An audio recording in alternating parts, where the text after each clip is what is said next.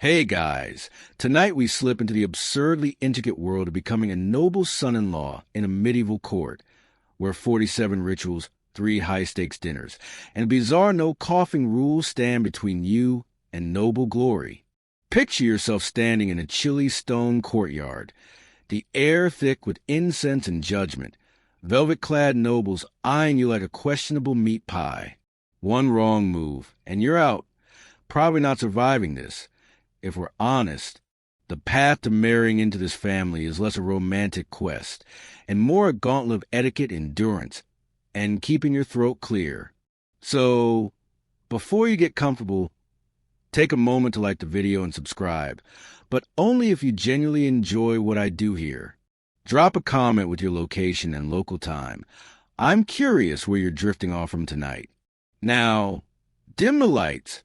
Maybe turn on a fan for that soft background and let's ease into tonight's journey together. You stand at the gates of a sprawling noble estate, the kind of place where even the doorknobs look like they got a pedigree. It's dawn and the first of 47 rituals begins today. The air smells of damp stone and lavender, and a stern-faced steward hands you a scroll listing tasks that make climbing a mountain seem like a nap. This is no ordinary courtship. In this society, let's say a vaguely European medieval setup, think 14th century vibes. Marrying a noble's daughter means proving you're more than just a charming face. Historians note that such rituals were real, often designed to test a suitor's wealth, stamina, and social finesse, ensuring only the fittest joined the elite. You're not just wooing a bride, you're auditioning for a dynasty. The first ritual, called the trial of bearing, demands you carry a ceremonial bronze basin filled with water across the courtyard without spilling a drop. Sounds simple, right? Except the basin weighs as much as a small cow, and the courtyard's cobbles are slick with morning dew. You heft it onto your shoulder, arms trembling, and take your first step. The nobles watch from a balcony, sipping something that's definitely not water, their whispers like bees buzzing in your ears. One slip, and you're done. No pressure. You notice the basin's rim is etched with symbols: a lion, a crescent moon, and something that looks suspiciously like a turnip. A quirky tidbit from the era. Nobles loved sneaking random vegetables into their heraldry, claiming they symbolized earthly bounty. Scholars still argue whether it was piety or just an obsession with root crops. Your boot slips slightly and a gasp ripples through the crowd. You catch yourself, water sloshing but not spilling, and keep going. The steward, a man with a face like a disappointed gargoyle, follows, barking instructions. Head high, spine straight, no grunting. You're tempted to grunt just to mess with him, but the stakes are too high. This ritual isn't just about strength. It's about grace under pressure, a test of whether you can handle the noble life's endless posturing. You imagine telling your friends back home about this, carrying a glorified bucket, while a bunch of fancy hats judge your posture. They'd laugh, but you're too busy sweating to see the humor. Halfway across the courtyard, your arms scream for mercy. The basin's weight presses into your shoulder, and you're pretty sure your spine's writing a strongly worded letter to your brain. You glance up at the balcony, where your potential bride stands, her expression unreadable behind a veil of silk. Is she rooting for you or hoping you faceplant? Hard to tell. You refocus, taking slow, deliberate steps. The water's surface ripples with each move, threatening to betray you. A stray breeze carries the scent of roasted pheasant from the kitchens, and your stomach growls, loudly. The steward glares. Great. Another thing to control: your digestive system. If you make it through this, you're treating yourself to a nap and maybe a whole pheasant.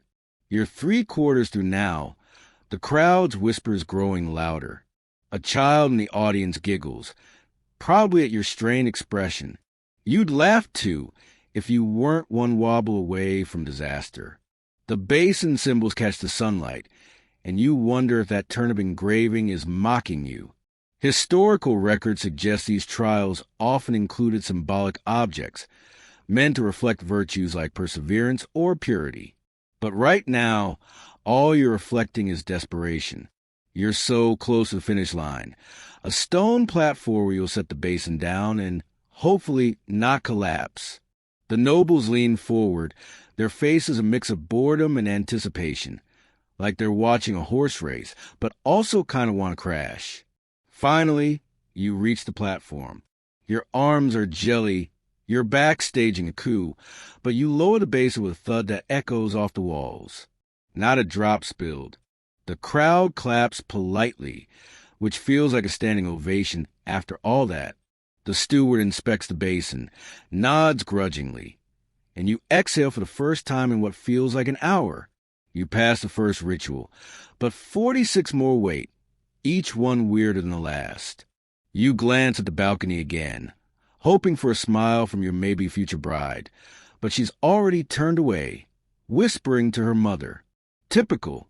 You wipe sweat from your brow and wonder what fresh nonsense tomorrow's ritual will bring. Maybe they'll make you juggle flaming torches or recite poetry while riding a pig.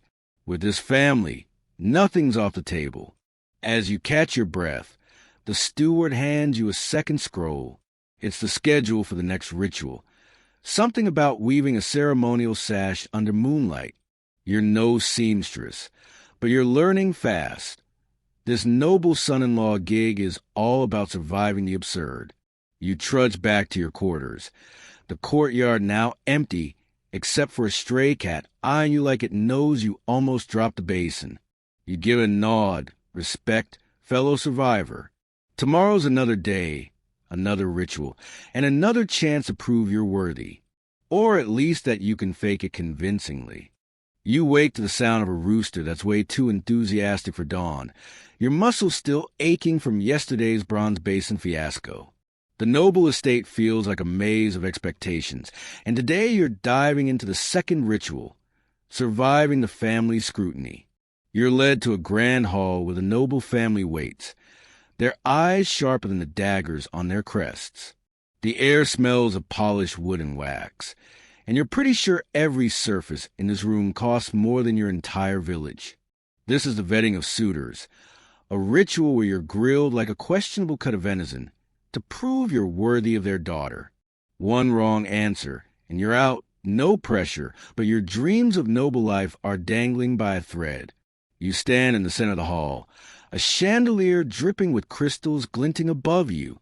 The family sits at a long oak table, each member looking like they practiced their disapproving frown in a mirror. There's the father, Lord something or other, with a beard that could house a flock of sparrows.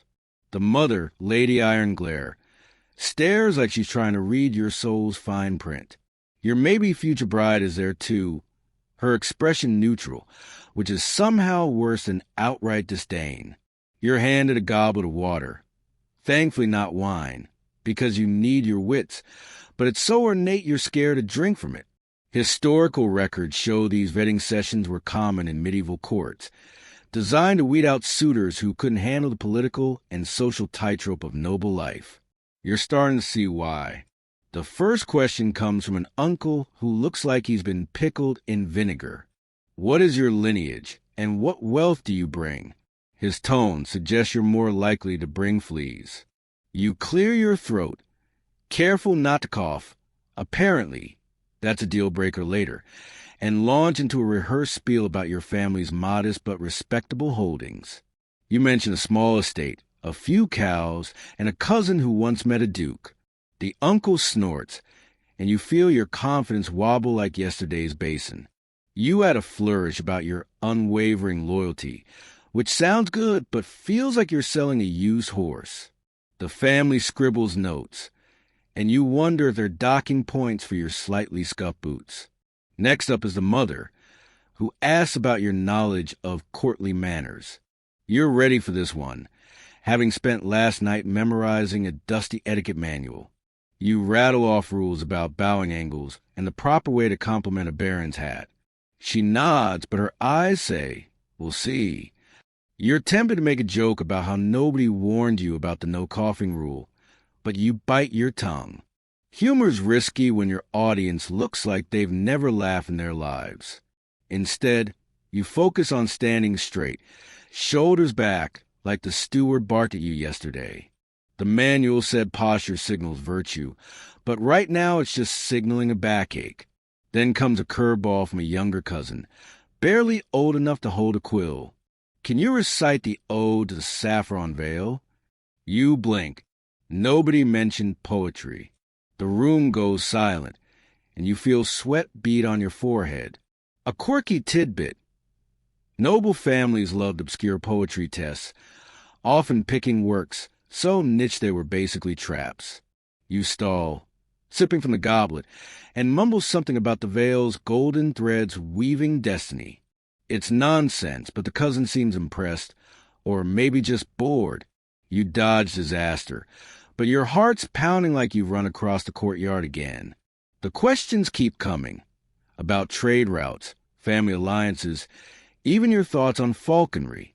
You're no expert, but you fake it, weaving in just enough truth to sound plausible. Historians still argue whether these interrogations were about genuine compatibility or just a way to flex noble power. You're leaning toward the latter, especially when the father asks you to name all 12 houses in their alliance.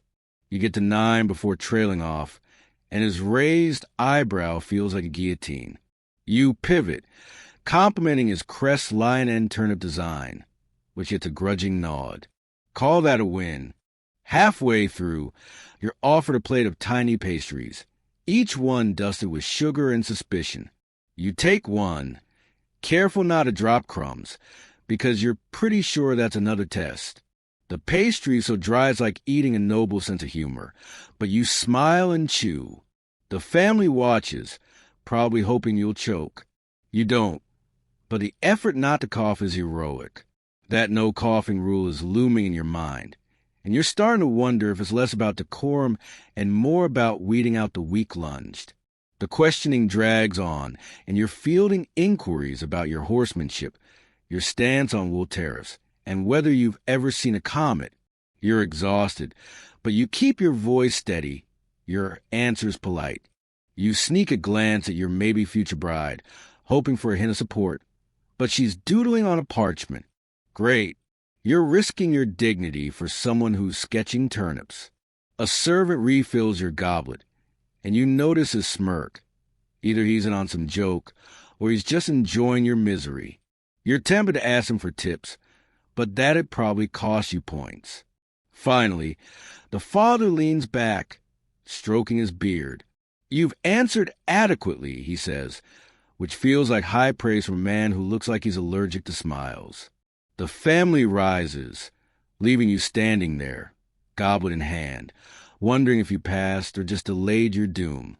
The steward reappears, handing you a new scroll for tomorrow's ritual. You unroll it and see something about a trial of silent steps. Fantastic, more cryptic nonsense. You trudge back to your quarters, the hall's echoes fading behind you. The cat from yesterday is back, lounging on a windowsill, giving you a look that says, "You're still here?" You nod back, too tired to care. As you collapse onto your cot, you replay the day's interrogation. You survive, but barely. The family scrutiny was like walking a tightrope while someone shakes the rope. You're starting to understand a noble game. It's not just about proving yourself. It's about enduring their whims. Tomorrow's ritual sounds like it'll test your stealth, or maybe your ability to not trip over your own ego. Either way, you're in deep and there's no turning back. You close your eyes, the faint hum of crickets outside your window lulling you towards sleep, and wonder what fresh absurdity awaits. You're standing in the noble estate's dining hall, the kind of room where even the shadows feel judgmental as you brace the first of 3 high-stakes dinners. The air is heavy with the scent of roasted quail and beeswax candles, and the long table before you is a battlefield of silverware and unspoken rules. This is the first dinner, a ritual where etiquette is king, and one wrong move could send you packing faster than a peasant caught stealing bread. You're dressed in borrowed finery, velvet doublet, stiff collar. That makes you feel like a trussed-up pheasant. The nobles are already seated, their eyes glinting like hawks spotting a field mouse. Your maybe future bride sits across from you, her gaze unreadable, and you're already sweating through your fancy new shirt. The table is a maze of goblets, plates, and utensils you're pretty sure were invented to confuse you. Historical records confirm that medieval noble dinners were tests of social finesse, designed to expose outsiders who couldn't navigate the labyrinth of courtly manners. You're handed a spoon for the soup course, but it's shaped like a tiny shovel, and you're not sure if it's for eating or digging your own grave. The steward from the basin trial looms nearby, watching your every move.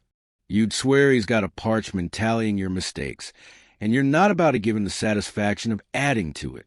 The first course arrives, a steaming tureen of leek soup, fragrant but suspiciously green.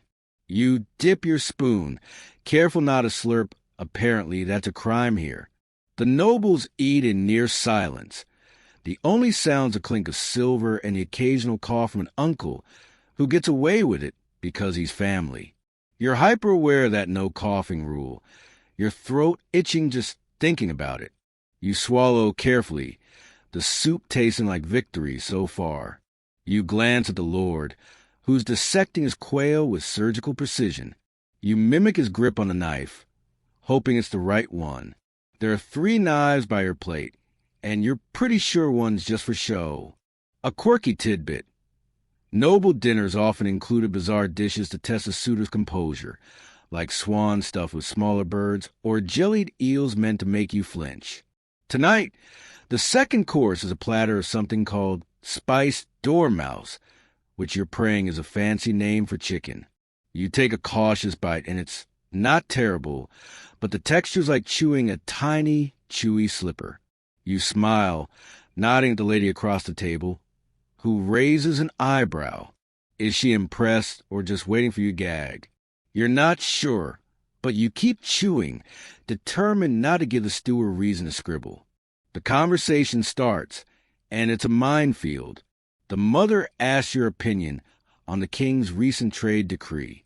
You fumble through a vague answer about balanced commerce, which sounds smart but means nothing. She nods, but her smile is sharper than the knife you're holding wrong.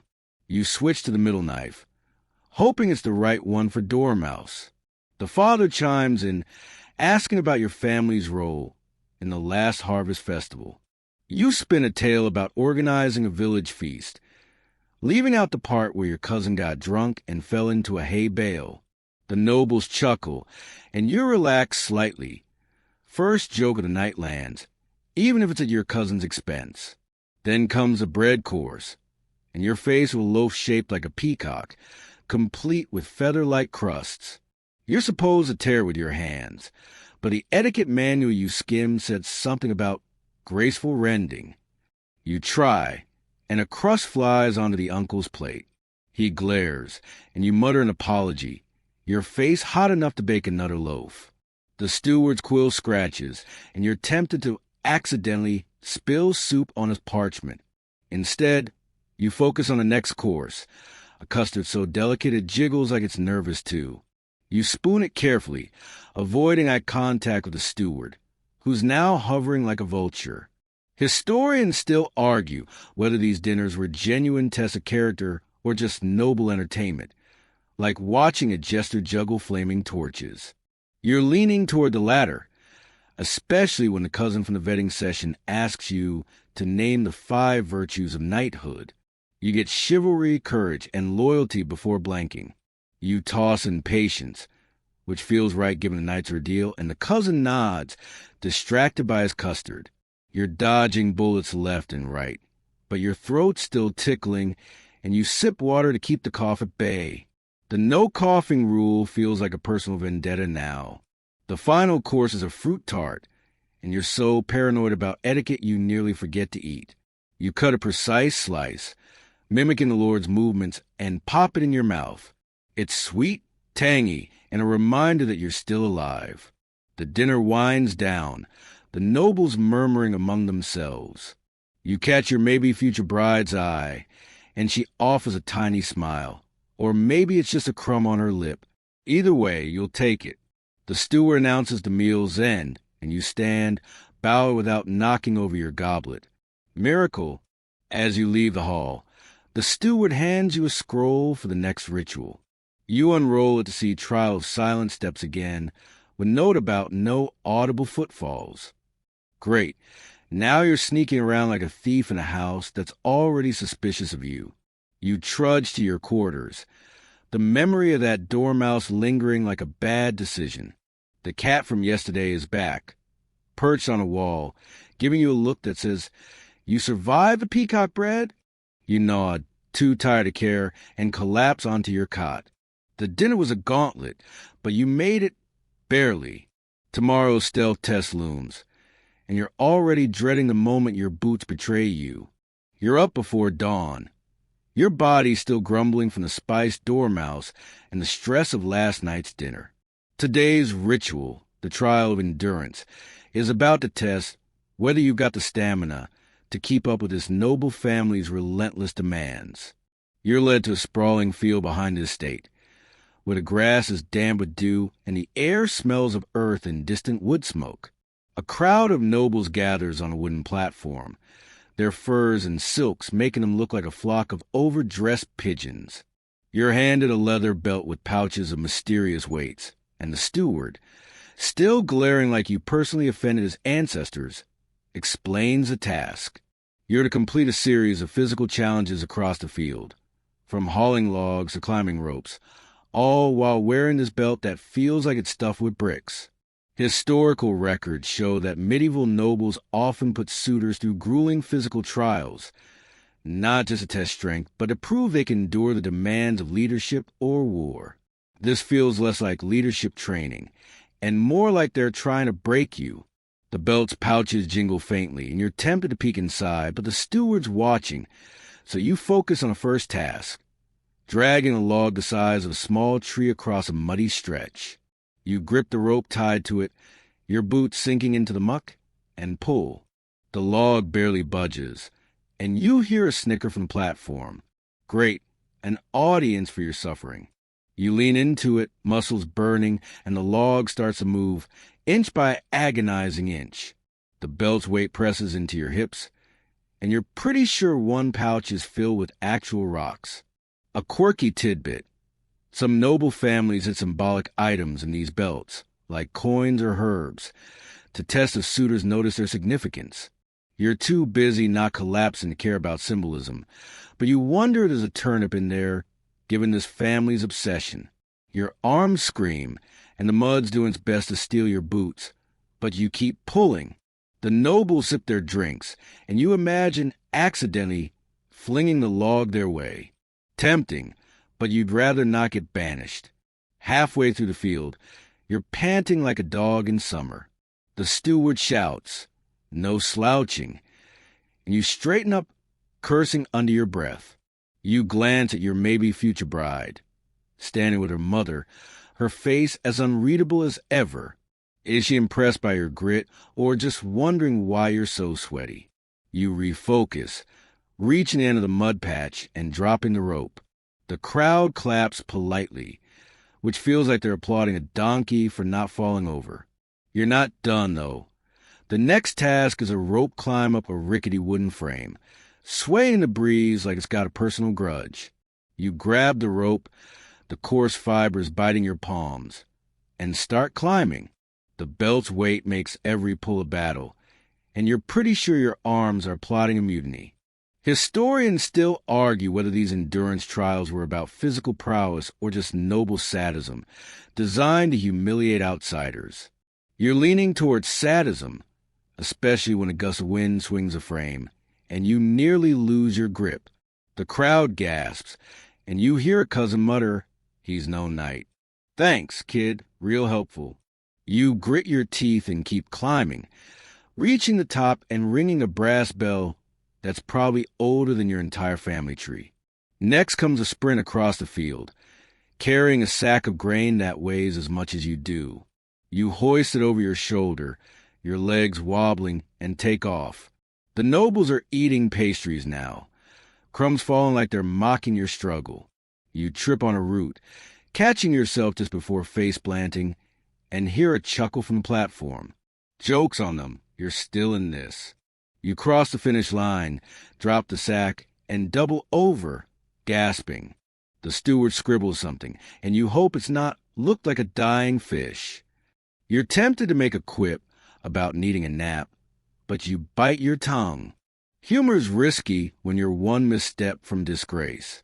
The final task is a long walk around the field's perimeter, carrying 2 buckets of water, shades of that bronze basin from day one. You're careful not to spill, your arms trembling like they're auditioning for a tragedy. The no coughing rule still looms in your mind, and your throat's itching from the dust kicked up by the breeze. You sip from a flask a servant hands you, praying it's not some noble trick to make you sneeze. The water sloshes in the buckets, and you focus on steady steps, ignoring the noble's whispers. One lady mutters about your peasant stride, and you resist the urge to dump the water on her fancy hat. You finish the circuit, setting the buckets down without a drop spilled. The steward inspects them, nods grudgingly, and you feel a flicker of triumph. The nobles clap again, and you catch a glimpse of your maybe future bride. Is that a nod of approval, or just a stray hair in her face? Hard to tell. You're handed a scroll for tomorrow's ritual, something about weaving alliances. Sounds less sweaty, but probably just as tricky. You trudge back to your quarters, the cat from before eyeing you from a fence post. Tough day? Its stare seems to say. You nod, too sort of care, and collapse onto your cot, the distant hum of evening crickets soothing your battered pride. You survived the endurance test, but the noble gauntlet's far from over. You're back in the noble estate, the morning sun barely cutting through the fog as you're led to a secluded garden, its hedges trimmed into shapes that look suspiciously like judgmental faces. Today's ritual, the weaving of alliances, is less about sweat and more about navigating the murky waters of noble politics. You're told to forge secret alliances with family members to prove you can play their game of whispers and favors. The air smells of roses and intrigue, and you're handed a small velvet pouch containing tokens. Tiny silver coins etched with that familiar lion and turnip crest. Your task: distribute these to key family members without anyone noticing, all while dodging their suspicions. It's like a spy mission, except the stakes are your future, and the penalty for failure is probably exile to a turnip farm. Historical records show that medieval courts thrived on such covert dealings, with suitors often tested on their ability to build loyalty without causing a scandal. You're starting to feel less like a suitor and more like a pawn in a chess game where everyone's a queen and you're barely a pawn. The garden is a labyrinth of paths, with nobles strolling in pairs, their voices low and their eyes sharp. You spot the uncle from a vetting session, his pickled expression unchanged, and decide he's your first target. You sidle up, pretending to admire a rose bush, and slip a coin into his sleeve while muttering about the weather. He grunts, which you take as a win, but you're pretty sure he's on to you. The pouch feels heavier with each step, the coins clinking softly despite your best efforts to keep them quiet. A quirky tidbit: some noble families use tokens like these as secret signals, sometimes laced with herbs to carry a scent that marked allegiance. You sniff the coins and catch a faint whiff of mint. Great. Now you're a walking herb garden. You move on to the mother, Lady Ironglare, who's inspecting a fountain with a look that could freeze water. You compliment her brooch, a gaudy thing with more gems and scents, and drop a coin into her cloak's fold as you gesture dramatically. She narrows her eyes but doesn't call you out. You're either a master stealth or she's just tired of you. The challenge is keeping your actions secret while the steward hovers nearby, his quill ready to note any clumsiness. You're tempted to toss a coin at him just to see if he'd write himself up. Instead, you approach a younger cousin, the one who grilled you about poetry at the vetting. He's lounging by a sundial, pretending to read a scroll, but clearly eavesdropping. You fake a stumble, dropping a coin near his foot, and he picks it up with a smirk. Clumsy, he mutters, but pockets the coin. You're not sure if that's an alliance or just him collecting souvenirs, but you'll take it. Historians still argue whether these rituals were about genuine trust building or just a way to test a suitor's nerve under pressure. You're betting on the latter, especially when you catch the father watching you from across the garden. Your maybe future bride is next, and this one's tricky. She's strolling with a gaggle of ladies in waiting, all whispering like they're plotting a coup. You linger near a hedge, pretending to study a butterfly, and manage to slip a coin into her shawl as you pass. She doesn't flinch, but her eyes flick to you, and you swear there's a hint of amusement. Or maybe she's just plotting to trade your coin for a better suitor. You're paranoid now. Every rustle of leaves sounding like the steward's quill. The no coughing rule is still nagging at you, and your throat's tickling from the garden's pollen. You sip from a flask you brought, hoping it's just water and not some noble prank potion. The final target is a distant aunt, who's feeding breadcrumbs to a flock of doves like she's auditioning for a saintly portrait. You approach, offering a compliment about her dove's noble plumage, and slip a coin into her basket. While she's distracted, she smiles, but it's the kind of smile that says she knows more than she's letting on. You're done, the pouch empty, and you retreat to a bench. Try to look casual while your heart's racing like you've just run the endurance course again.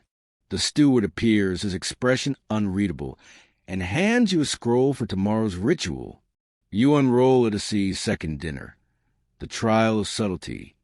Fantastic, more cutlery and judgment. You glance around the garden, wondering if your alliances were noticed. The uncle's still grumbling. The mother's inspecting her cloak like she's found your coin, and your maybe future bride is nowhere in sight. Did you pass, or just make everyone suspicious? You're tempted to joke about needing a nap after all this sneaking, but the steward's still lurking, so you keep quiet. The cat from the courtyard is back, perched on a low wall, giving you a look that says, "You call that stealth?"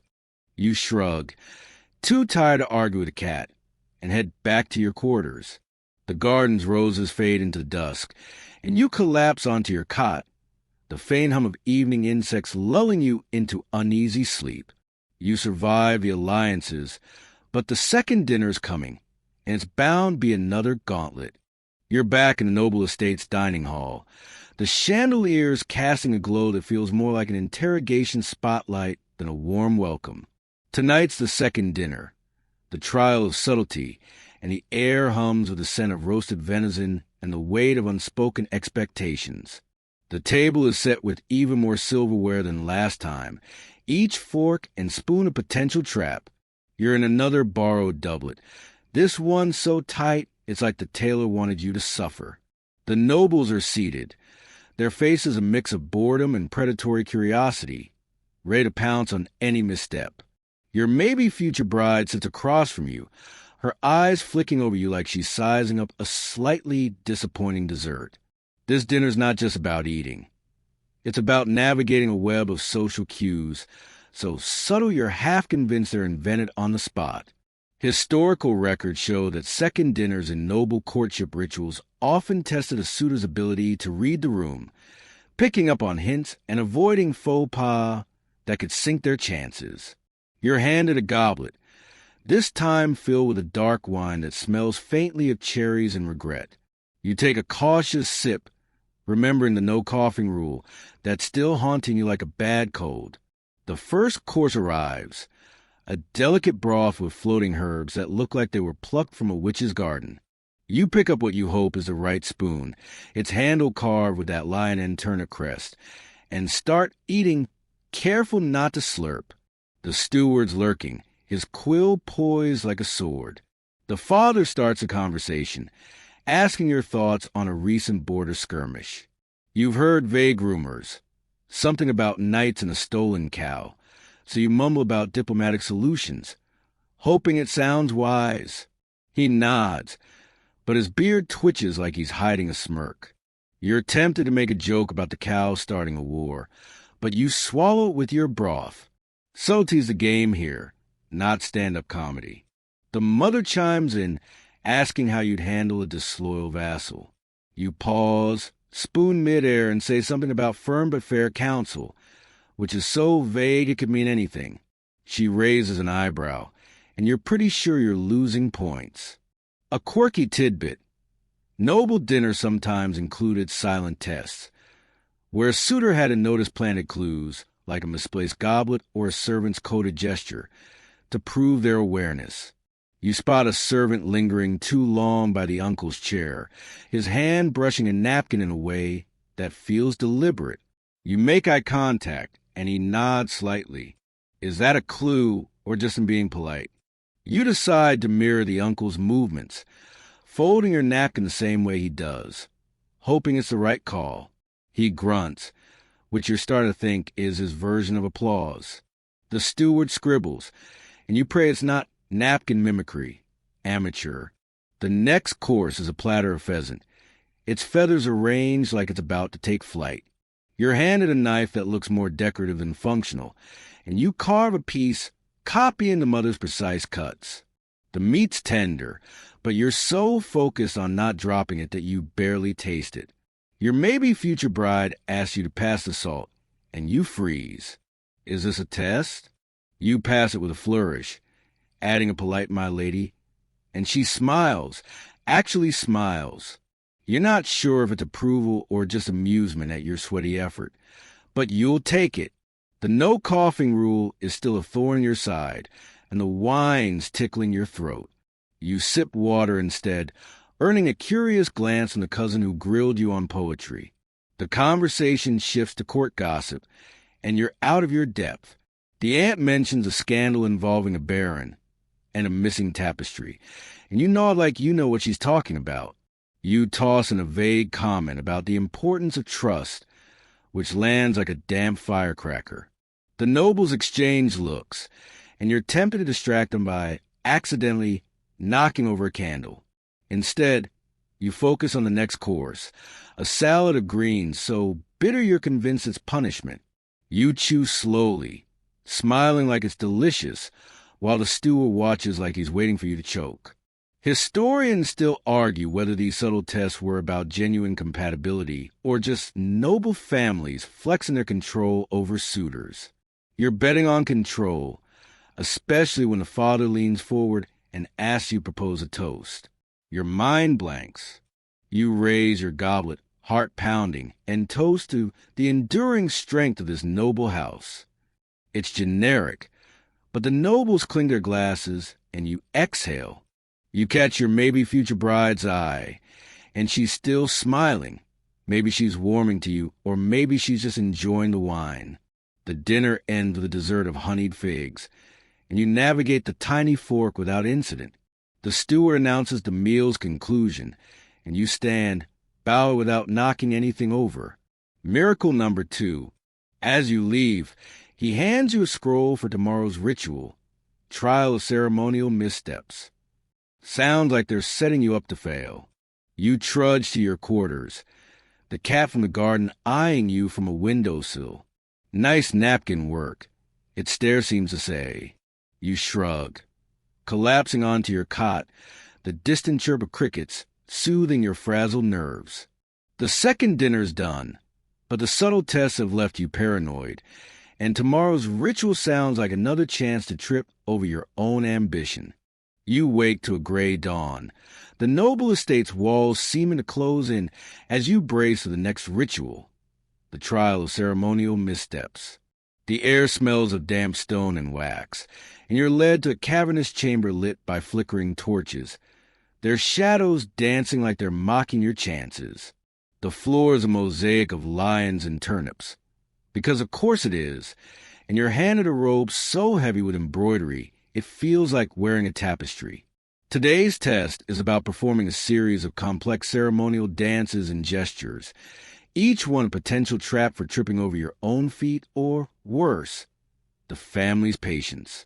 The nobles are perched on tiered benches, looking like a jury of overdressed owls, and your maybe future bride watches from the front, her expression as cryptic as ever.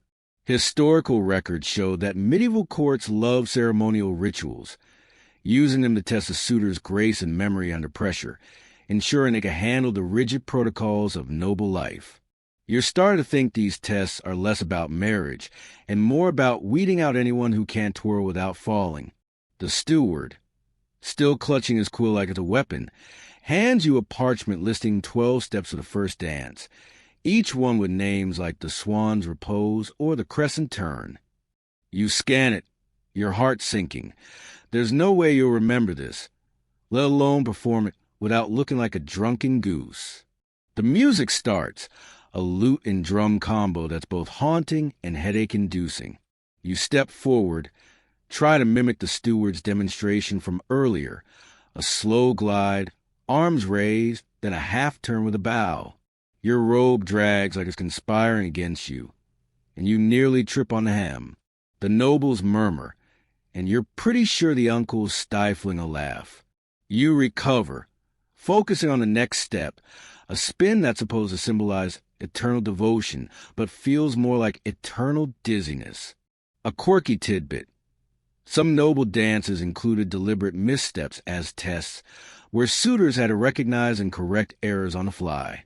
You're praying this isn't one of those, but the steward's smirk suggests otherwise. You manage to spin barely, and move into a gesture where you're supposed to trace a crescent in the air while stepping sideways. Your foot catches on a mosaic tile, and you wobble, arms flailing like a windmill. The crowd gasps, and you hear a cousin whisper, "He's no courtier." Thanks for the vote of confidence, kid. You steady yourself, forcing a smile, and continue, your robe now sticking to your sweaty back. The no coughing rule is still a nagging worry, and the chamber's dust isn't helping. Your throat itches like it's staging a revolt. You sip from a flask a servant slips you, hoping it's not spiked with more noble trickery. The next dance is worse. A partner routine where you're paired with a stern-faced aunt who moves like she's been drilling this since birth. You're supposed to mirror her steps while holding a silk scarf between you, which sounds romantic but feels like a leash. You step left when she goes right, and the scarf tugs, earning a glare that could curdle milk. You mutter an apology, try and keep up, but your boots feel like they're conspiring with the mosaic. Historians still argue whether these dance rituals were about cultural unity or just a way to humiliate suitors for sport. You're betting on sport, especially when the aunt hisses, "Focus, boy," like you're a misbehaving page.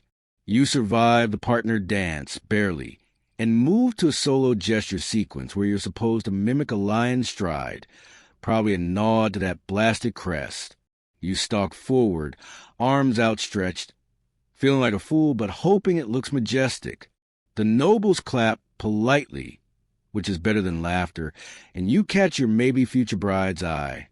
Is that a flicker of sympathy or just a trick of the torchlight? You're too busy trying not to trip again to figure it out. The steward calls for the final step. A deep bow with a flourish of your robe. You nail the bow but fling the robe too hard, nearly smacking a servant. The crowd chuckles, and you grin sheepishly. Jokes on you, but at least they're amused. The ritual ends, and the steward inspects your performance, his quill scratching like it's carving your epitaph. He nods grudgingly and hands you a scroll for tomorrow's task. Trial of Cultural Oddities. Sounds like more noble nonsense, probably involving turnips. You trudge out of the chamber, your legs aching from all the twirling and your pride bruised from the near falls. The cat's back, lounging on a ledge, giving you a look that says, "Nice dance, clumsy." You shrug, too exhausted to care, and collapse onto your cot. The distant hum of the estate's night sounds lulling you towards sleep. You survive the missteps, but the next trial's looming, and you're already dreading what weird customs these nobles have cooked up. You're roused by a servant's knock, the morning light barely creeping through your window as you brace for the trial of cultural oddities. The noble estate feels like a puzzle box, each day unlocking a new layer of absurdity. You're led to a courtyard draped in colorful banners, the air thick with the scent of herbs and something faintly metallic, like polished armor. Today's ritual is about navigating the noble family's strangest customs, a test of whether you can adapt to their quirks without flinching. The nobles are gathered on a raised platform, sipping from jeweled goblets, their eyes glinting with the kind of amusement that suggests you're about to embarrass yourself. Your maybe future bride stands among them. Her expression is unreadable as a locked grimoire, and you're already wondering if you'll survive this without offending someone's sacred turnip. Historical records show that medieval noble families often used bizarre customs to test a suitor's flexibility, ensuring they could handle the eccentricities of court life without causing a diplomatic incident. You're handed a tray of items, a feather, a small vial of blue liquid, and a cloth embroidered with, lions and turnips. The steward, still wielding his quill like a judge's gavel, explains you must perform 3 customs, each weirder than the last, without questioning their logic. You're tempted to ask if logic ever visited this estate, but you bite your tongue. The first custom involves dipping the feather in the liquid and anointing a stone statue of a lion while chanting a phrase you're pretty sure translates to glory to the harvest. You approach the statue, its stone eyes glaring like it knows you're an outsider. The blue liquid smells like crushed berries and regret, and you dip the feather, trying not to drip on your boots. The chant's tricky, half the words sound like a sneeze, but you mumble through it, drawing the feather across the lion's snout. The nobles watch silent, and you feel like you're in a play where everyone but you knows the script. A quirky tidbit. Some noble families believed anointing statues brought blessings, though others whisper it was a way to test if suitors could stomach public humiliation. You're leaning toward humiliation, especially when a drop of blue splashes your sleeve, and the steward's quill scratches furiously. The second custom is worse. You're to eat a sacred morsel, a tiny cake that looks like it was baked by someone who hates you. It's studded with seeds and smells like a mix of lavender and despair. You take a bite, and it's so bitter your eyes water, but you force a smile, nodding at the nobles like it's a delicacy. The uncle from the vetting session smirks, probably remembering your poetry flub. You swallow, fighting the urge to cough. That cursed no coughing rule still looms, and the cake sticking to your throat like glue. You sip from a goblet a servant hands you, praying it's not more of that blue nonsense. The nobles clap, but it feels like they're applauding your ability to not gag. The third custom involves wrapping the embroidered cloth around your shoulders and walking a path of reverence through the courtyard, bowing to specific banners. The catch? Nobody tells you which ones. You start walking, the cloth heavy and itching, and bow to a banner with a lion, hoping it's right. The crowd murmurs, and you catch the mother's raised eyebrow. Wrong banner, maybe?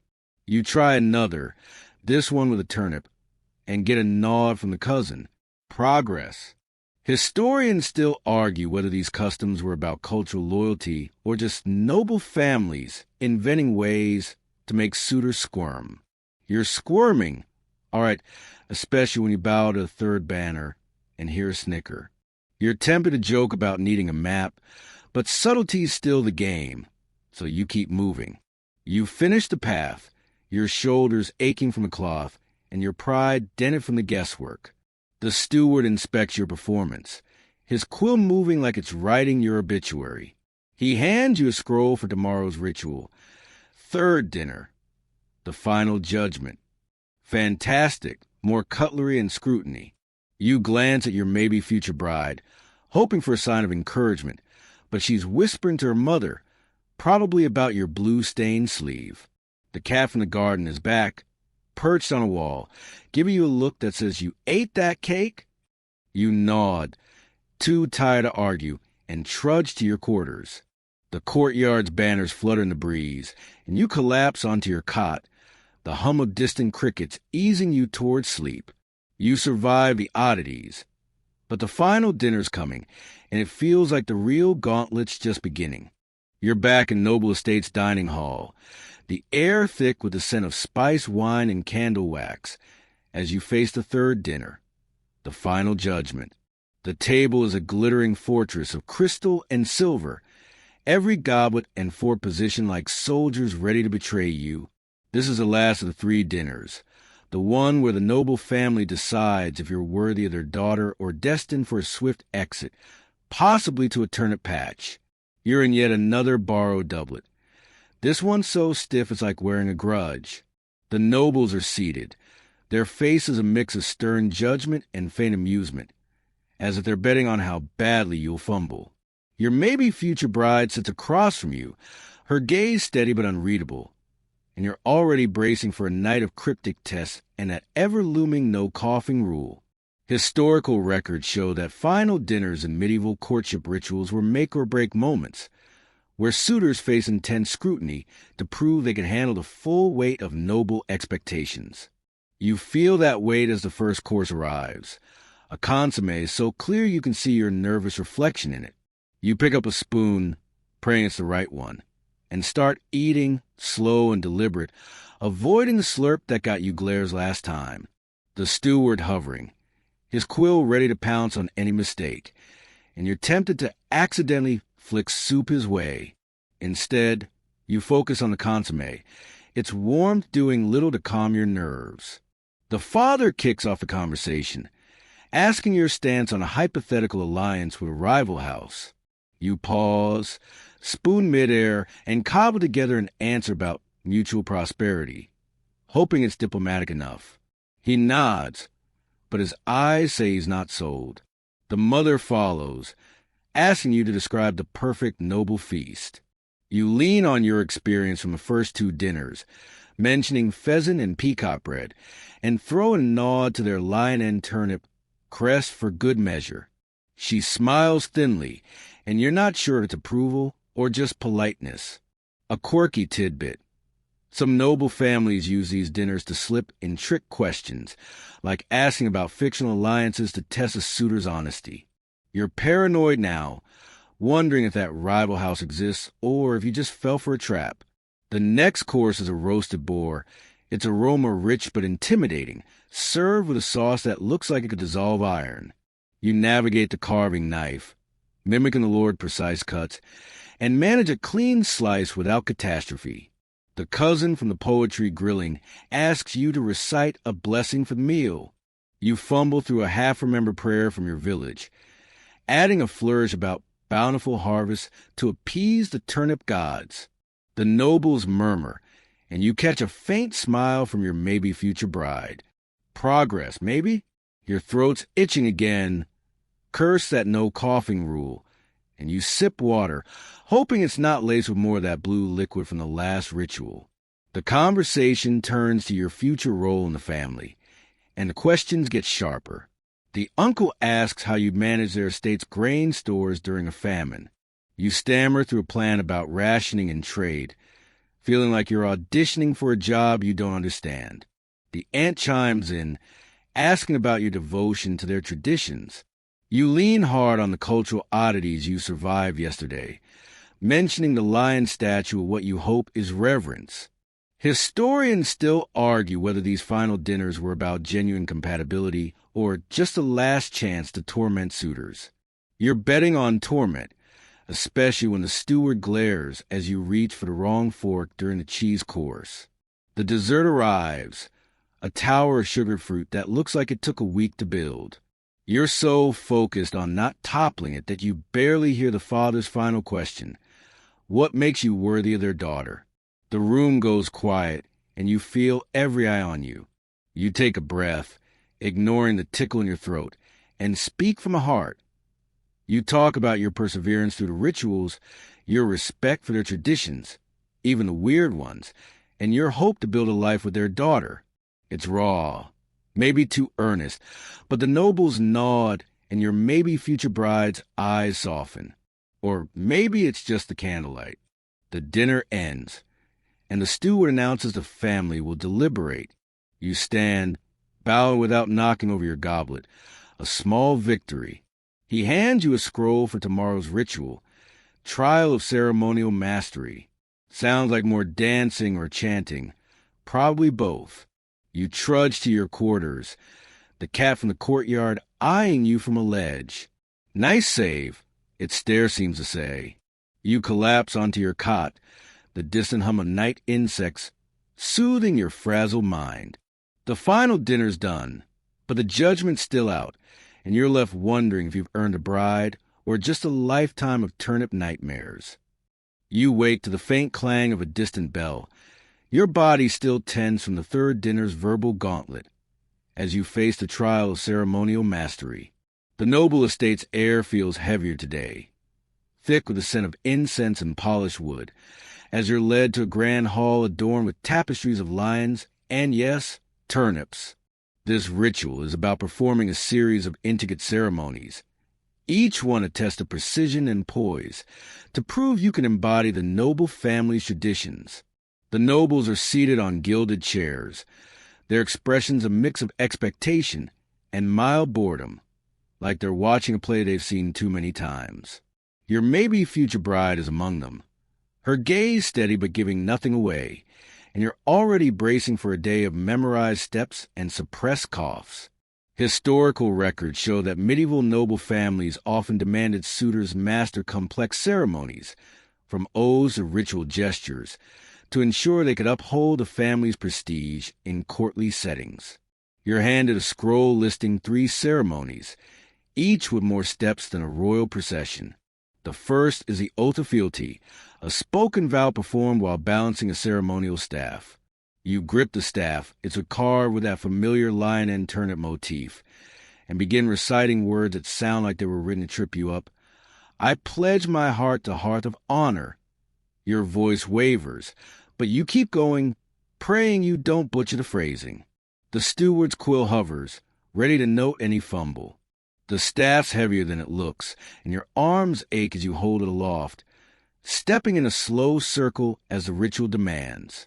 You're tempted to make a joke about needing a nap after this, but the noble stares keep you focused. A quirky tidbit. Some families embedded tiny bells in these staffs to test a suitor's steadiness. If they jingled, you failed. Yours stays silent, thank the stars, but your hands are sweating and the staff feels like it's plotting to slip. You finish the oath, planting the staff with a thud that echoes in the hall. The nobles clap politely, and you catch a nod from the mother. Progress, maybe, or just pity. Next is the rite of the chalice, where you pour wine from a silver jug into a row of goblets without spilling a drop, all while chanting a blessing. The jug's ornate, its handle slippery, and you're hyper-aware of the no coughing rule as the incense tickles your throat. You start pouring, the wine glinting like liquid rubies, and chant something about eternal bounty. Your voice cracks on the last word, and the uncle smirks. But you don't spill. Miracle number 1. You move down the line, each goblet filled with surgical precision, though your hands shake like you're defusing a bomb. The steward's quill scratches, and you're tempted to accidentally splash him to see if he'd flinch. The final ceremony is the Dance of Allegiance, a solo performance where you trace a pattern on the floor with specific steps, holding a lit candle in each hand. Sounds poetic until you realize the floor is polished to a mirror sheen, and one misstep could send you sliding into a tapestry. The music starts, a slow, mournful lute, and you move, candle steady, trying to remember the pattern. Step, turn, dip. Your boots feel like they're conspiring against you, but you keep going, the flames flickering like they're judging your rhythm. Historians still argue whether these dances were about loyalty or just noble families flexing their choreographic power. You're betting on power, especially when a father's gaze feels like it's burning hotter than your candles. You finish the dance, blowing out the candles with a flourish that's more relief than flair. The nobles applaud, and you catch your maybe future bride's eye. She's almost smiling, or maybe it's just the incense haze. The steward inspects your performance, his quill moving like it's writing a novel about your flaws, but he nods, handing you a scroll for tomorrow's ritual. Unveiling of family secrets. Sounds ominous, like you're about to stumble into a noble conspiracy. You trudge out the hall, your legs wobbly from the dance and your throat itching from suppressed coughs. The cat's back, lounging on a windowsill, giving you a look that says, "Nice candle work, amateur." You shrug, too drained to care, and collapse onto your cot. The faint hum of the estate's night sounds pulling you toward sleep. You master the ceremonies, but the next trial's looming, and you're already dreading what secrets these nobles are hiding. You wake to the soft creak of your chamber shutters, the morning light filtering through like it's reluctant to face another day of noble nonsense. Today's ritual, the unveiling of family secrets, feels like stepping into a lion's den, probably one with turnips. You're led to a dimly lit library, its walls lined with leather-bound tomes and the air heavy with the scent of old parchment and secrets. The noble family is gathered around a massive oak table, their faces a mix of solemnity and something sharper, like they're about to reveal you're secretly related to a goat.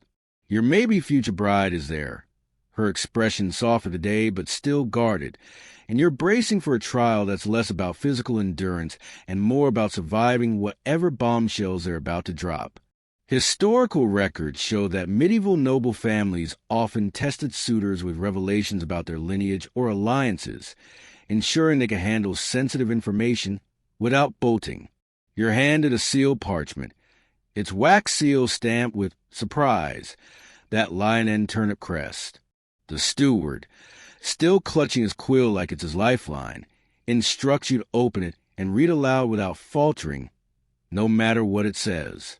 You break the seal, your fingers steady despite the knot in your stomach, and start reading. The parchment claims a family's wealth partly comes from a long-ago pact with a rival house, one that involved a scandalous marriage and a stolen relic. You pause, glancing up, expecting gasps, but the nobles just watch, waiting for your reaction. You keep reading, your voice steady even as your mind races. The pact's details are murky, something about a chalice hidden in a crypt, but the implication is clear. This family's prestige is built on shaky ground. You're tempted to joke about needing a map to their skeletons, but the room's tension keeps you quiet. A quirky tidbit. Some noble families use these unveilings to test suitors' discretion, sometimes planting fake secrets to see if they blab. You're not sure if this is real or a trap, but you nod solemnly, folding the parchment like it's a sacred relic. The father's eyes narrow, like he's weighing whether you'll spill their secrets over ale at the tavern. Next, you're asked to swear an oath of silence, kneeling before a dusty tome that smells like it's been brooding for centuries. You kneel, your knees creaking on the cold stone floor, and repeat the words, "I vow to guard the truths of this house." Your throat itches, curse that no coughing rule, but you power through, hoping the nobles don't notice your slight grimace. The mother hands you a key, small and ornate, saying it's a symbol of trust.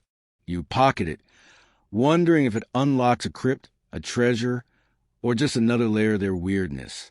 The steward's quill scratches, and you're pretty sure he's noting your sweaty brow. The final task is to propose a strategy for protecting the family secret. You're no diplomat, but you suggest reinforcing alliances with a rival house, maybe hosting a feast to smooth things over.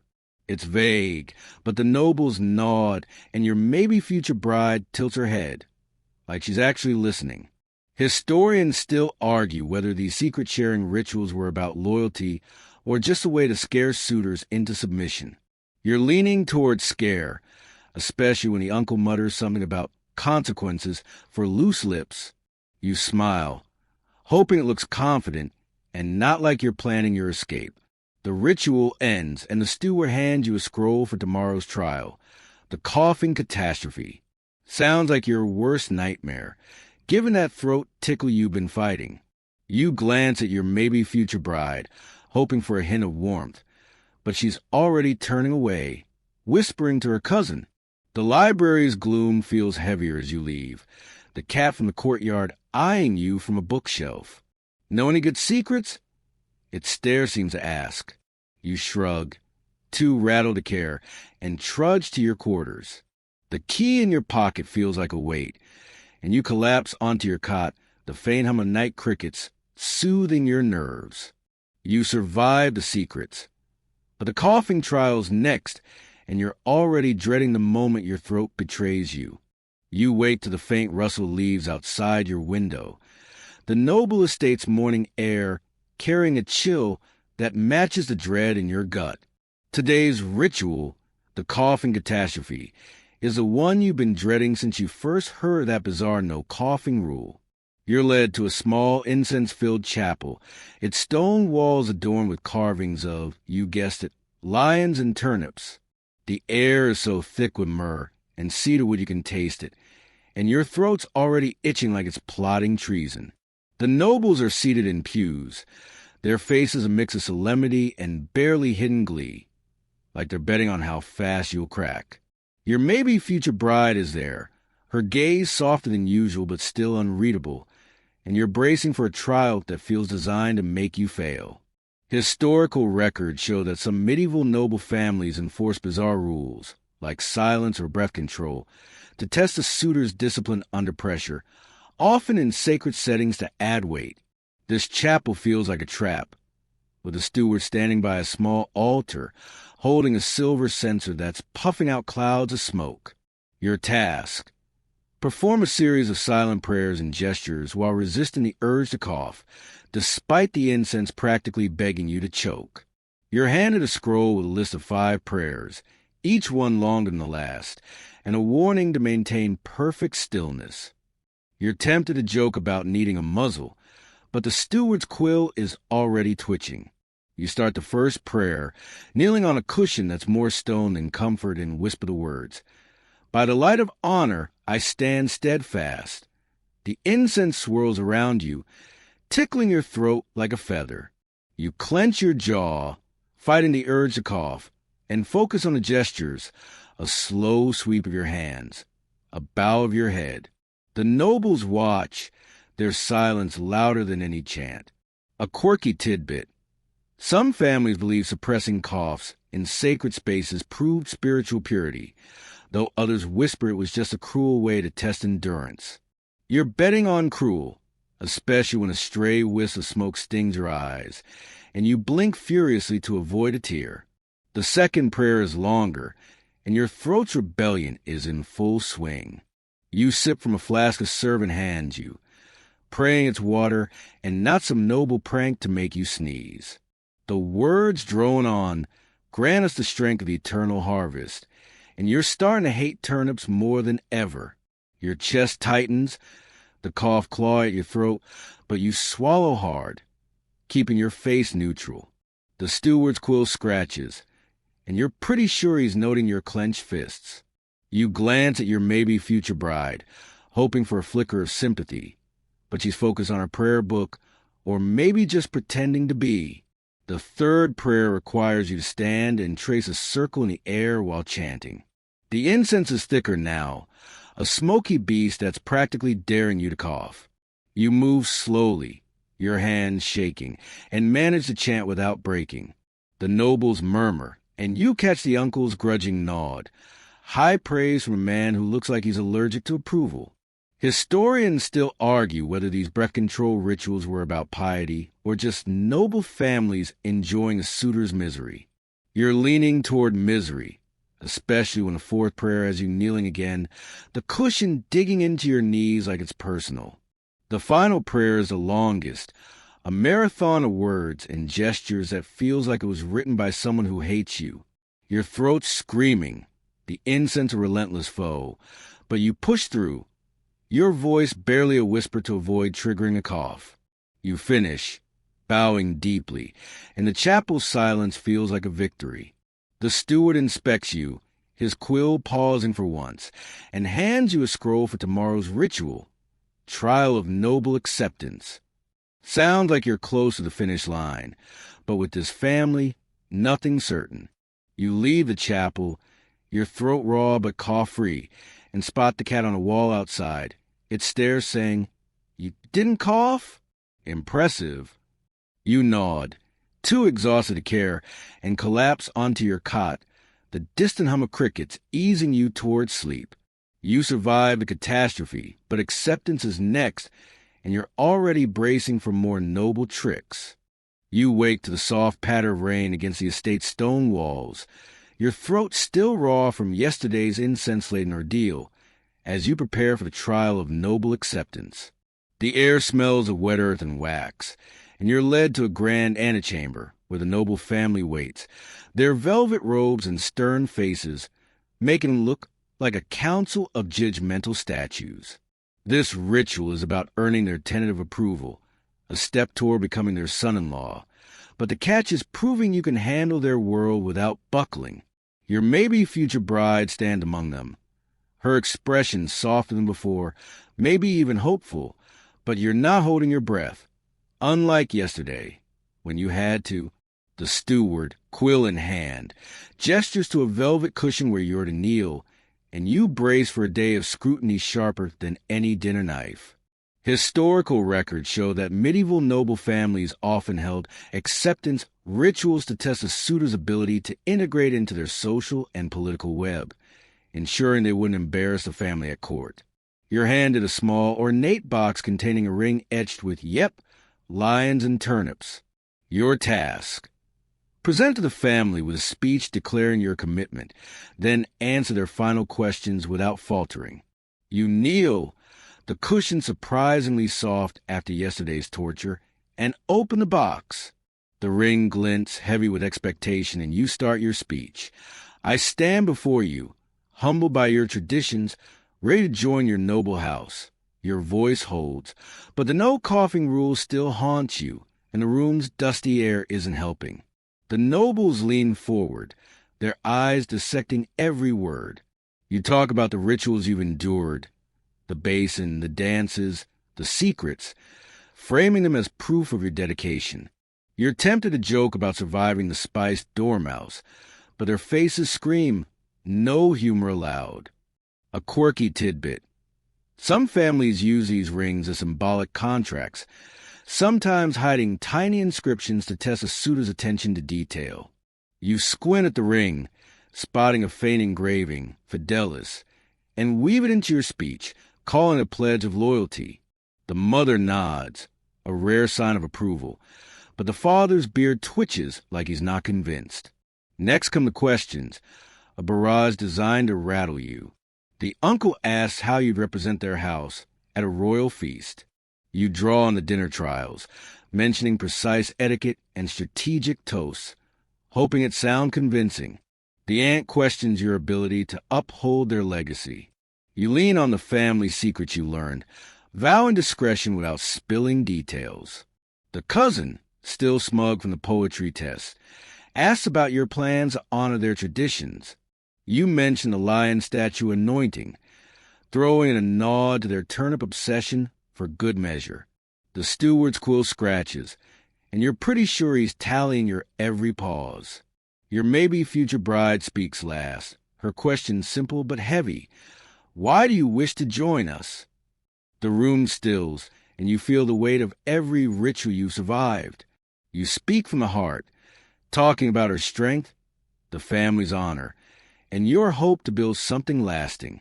It's raw, maybe too vulnerable, but her eyes soften, and you swear there's a real smile this time. Historians still argue whether these acceptance rituals were about genuine trust or just a final power play to keep suitors on edge. You're betting on power, especially when the father clears his throat, signaling the end of questions, and says, "We'll deliberate." Not exactly a warm embrace, but you're still standing. The steward hands you a scroll for tomorrow's ritual. Final ritual gauntlet. Sounds like they're saving the worst for last. You rise from the cushion, bowing without tripping over your robe. A small win. The nobles file out, whispering, and you catch your maybe future bride glancing back, her expression unreadable again. You leave the antechamber, the cat from the chapel eyeing you from a ledge. Almost there, huh? Its stare seems to say. You shrug, too weary to argue, and trudge to your quarters. The rain from outside your window lulls you towards sleep, your body aching but your mind buzzing. You've earned their tentative nod, But the final gauntlet's coming, and you're already bracing for whatever madness they've cooked up. The morning dawns with a damp chill, the noble estate's walls glistening with last night's rain, as you brace for the final ritual gauntlet. You're led to a sprawling outdoor arena, its stone boundaries draped with banners bearing. You guessed it, lions and turnips. The air smells of wet grass and anticipation, and the noble family is perched on a grandstand. Their faces a mix of stern expectation and barely concealed excitement, like they're waiting for a joust or your spectacular failure. Your maybe future bride is there, her gaze steady but warmer than before, giving you a flicker of hope. This is the last hurdle, a grueling combination of physical, mental, and ceremonial challenges designed to test every ounce of your resolve. The steward, quill poised like a vulture's talon, hands you a scroll detailing a series of tasks that make the Bronze Basin trial look like a stroll. Historical records show that medieval noble families often saved their toughest rituals for last, combining elements of earlier trials to ensure suitors could handle the full spectrum of noble life, strength, wit, and grace under pressure. Your first task is to carry a weighted banner across a muddy field while reciting a ceremonial ode. The banner's pole is heavy, its fabric sodden, and the ode's words are a tongue-twisting mess of honor and eternal harvest. You hoist the banner, your boots sinking into the mud, and start reciting. By the lion's roar, we guard the field. Your voice wavers as the banner sways, threatening to topple you. The nobles watch, sipping wine, and you're tempted to joke about needing a dry field, but you focus on not face-planting. The mud sucks at your boots, each step a battle, and the ode's rhythm is as unforgiving as the steward's glare. A quirky tidbit. Some families embedded hidden tests in these final rituals, like requiring suitors to notice a specific banner symbol mid-task. You spot a turnip stitched into the fabric and weave it into your recitation, hoping it's the right move. The mother nods, a rare sign of approval, but the uncle's smirk says he's betting on your collapse. You reach the field's end, planting the banner with a thud, your arms screaming but your recitation flawless. The crowd claps, and you catch your maybe future bride's eye. Definitely a smile this time, small but real. Next is a mental challenge, solving a riddle posed by the father while balancing on a narrow beam. The riddle's about a knight, a river, and, of course, a turnip, and you're supposed to deduce the knight's honor-bound choice. You step onto the beam, wobbling as you ponder, your mind racing to untangle the cryptic words. The nobles murmur, and you feel the steward's quill hovering. You blur an answer about loyalty over gain, which sounds noble enough, and step off the beam without falling. The father grunts, which you take as a win, but your throat's itching again, curse that no coughing rule, and you sip from a flask, praying it's just water. The final task is a ceremonial duel, not with swords, thankfully, but with words and gestures, facing the cousin who grilled you on poetry. You're to debate the virtues of the noble house while performing precise bows and hand signals. The cousin's quick, throwing curveballs about honor and lineage, but you parry with references to the family secrets you swore to keep, careful not to spill them. Your gestures are shaky but correct, and you manage a bow without tripping over your cloak. Historians still argue whether these gauntlets were about proving worth or just noble families flexing their authority one last time. You're betting on authority, especially when the cousin smirks but concedes and the nobles applaud. The steward inspects your performance, his quill pausing for once, and hands you a final scroll. Son-in-law triumph. You've made it through the gauntlet, but the family's final verdict awaits. You trudge from the arena, your body aching, but your spirit buoyed by that fleeting smile from your maybe future bride. The cat's back, perched on a fence, its stare saying, "You didn't drop the banner?" You nod, too tired to care, and head to your quarters, the hum of distant rain soothing your nerves. The gauntlet's done, but the triumph's not guaranteed, and you're already bracing for the family's final call. You wake to a quiet morning, the noble estate bathed in a soft golden light that feels almost too gentle for the weight of today's ritual. The son-in-law triumph. The air carries a faint scent of dew and blooming jasmine as you're led to a grand courtyard. Its stone paths lined with roses and those ever-present lion and turnip banners.